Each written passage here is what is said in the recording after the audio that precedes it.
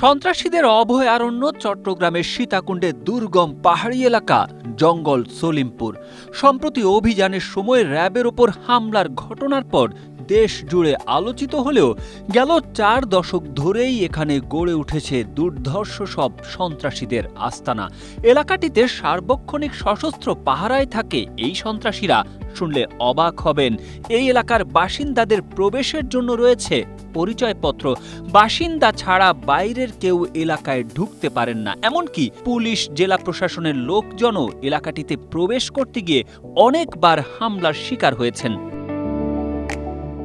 চট্টগ্রাম নগরের বায়েজিদ বোস্তামি থেকে 2 কিলোমিটার পশ্চিমে এশিয়ান উইমেন ইউনিভার্সিটি। এর বিপরীতে লিংক রোডের উত্তর পাশে 3100 একর জায়গায় জঙ্গল সলিমপুরের অবস্থান। সীতাকুণ্ডে এটির অবস্থান হলেও এটি অনেকটা নগরের ভেতরেই।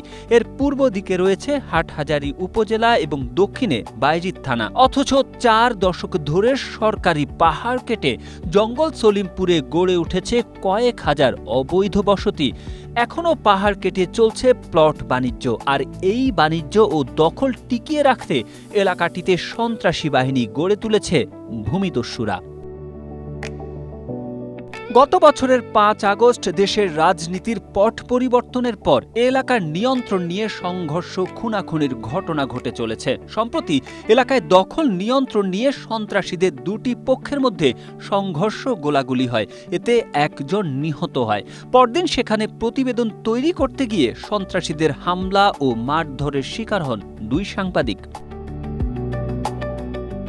তবে সোমবার জঙ্গল সলিমপুরে অভিযানে থাকা র্যাব সদস্যদের উপর হামলা হয় মাইকে ঘোষণা দিয়ে। ঘোষণায় এলাকার ফটক আটকানোর জন্য বলেছিলেন একজন ব্যক্তি। হামলায় অন্তত 400 থেকে 500 জন অংশ নেন বলে জানিয়েছে র্যাব।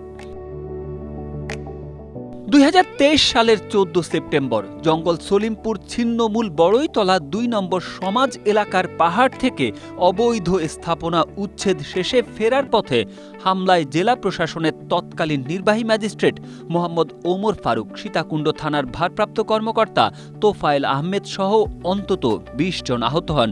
এর আগের বছর 2022 সালের 4 ফেব্রুয়ারি র্যাবের সঙ্গে জঙ্গল সলিমপুরে সন্ত্রাসীদের গুলির ঘটনা ঘটেছিল। একই বছরের 2 আগস্ট অবৈধ ঘরবাড়ি উচ্ছেদ অভিযান শেষে ফেরার পথে বাধা দেওয়া হয় জেলা প্রশাসনের লোকজনকে।